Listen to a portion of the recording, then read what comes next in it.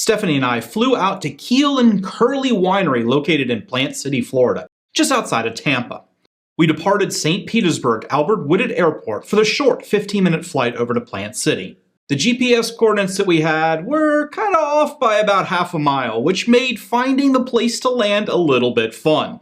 Once we did find the correct field to land in, we were greeted by Joe Keel, the founder of Keel and Curley Winery.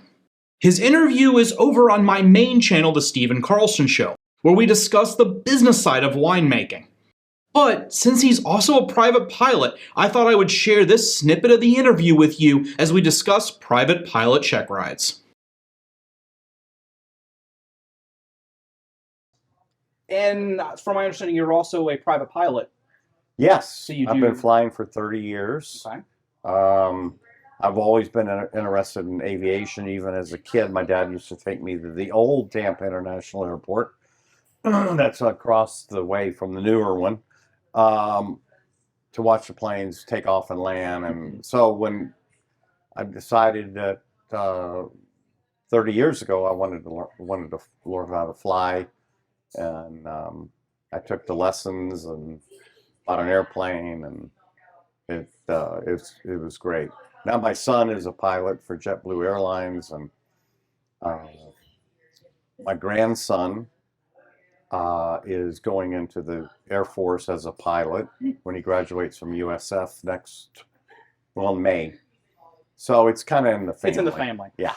Yes, yeah. I love flying. Obviously, you met Andy. He's the lead pilot. He's my instructor. I'm working on getting my pilot license for helicopters. Cool. Yeah, he told me that he was your instructor. Yeah, he's my instructor. And My instructor was from Holland, so I had a foreigner too. my other one was as well. So I've been on the slow plan because I run my businesses, I run my YouTube channels, I do everything else. So flying is just kind of on the side. And it's been a year and a half, and I'm almost ready for the check ride. How many hours do you have? Oh, way too many. I have 170. But it's been more of... But how many do you have to get to do your 60? check? Oh, So I have way more than I need. yeah. It more of what it was. I got a lot of cross country. Earlier in the year, I took a Bell 206, so a larger helicopter than this, and flew around the country. Wow. So in 3 weeks, we did 80 hours. So that's where Awesome. the big bulk of my hours were there. I was supposed to take my check ride before that trip, and due to scheduling, I couldn't. Then when I got back from the trip, I ended up having arm surgery. I had nerve damage, so I was out for 8 months that I couldn't fly. So then I just got back into flying again. Wow. November? I think it was October. And then the holidays hit in. And it's like, so everything just keeps delaying me from getting my check ride. But Are you ready for your check ride? Close. Andy might say different. But I remember mine. It's very stressful, but it's like, you you have to go with the procedure. Yeah, I understand you have the to go with the FAA. Yep, examiner. Examiner, and they don't play games. No, they don't. You don't know your stuff. You're From not my gonna get your understanding, license. the one that this school usually works with, he's very kind, but he's extremely fair. So he's not going to cut slack for you, but he's not going to make up things. So he's going to be, here's the rules and stick to it, you'll be fine. But That's great. it's some of the things that I've had issues with, like when we do like the auto rotations, we turn off, we lower the throttle and simulate an engine out. We did that in an airplane too. Yeah, and so in real situation, like when we're flying around and Andy will say, engine out, boom, okay, I'll get to a landing spot. If I know it's coming up, I will screw it up every single time. When he says it like, when he says, if like, you're real- not expecting it, when then I'm you not just... expecting it, it's Well, real that's what you got to emergency, do as which a is pilot. the real world. So Yeah. which should Yeah. comfort you and Kat that's over there behind the camera. Real emergency, okay, cool, we land. Yeah.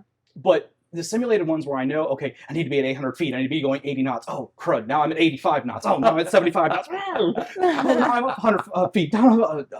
In the real world, you don't really care. You just do it. And so... Well, that means you're a good pilot, because those things will happen. The real ones... Not necessarily lose an engine, but yes. Yeah. But, some sort of an emergency, and I've had a few. Nothing bad. Yeah. I lost my alternator one time flying up to Illinois, and I dealt with it, and everything was good. But personally, I would still much rather be in a helicopter because pretty much any problem with the helicopter, Now we were being picky when we were coming into land here today, but in an emergency, there was half a dozen Yeah. places I could have been on in a few minutes. Where an airplane, it'd have been a little harder to find a place to land. Yeah, right. So, the lot you wanted us in an emergency, we could have gotten there. It wasn't optimal for Right. safety. So,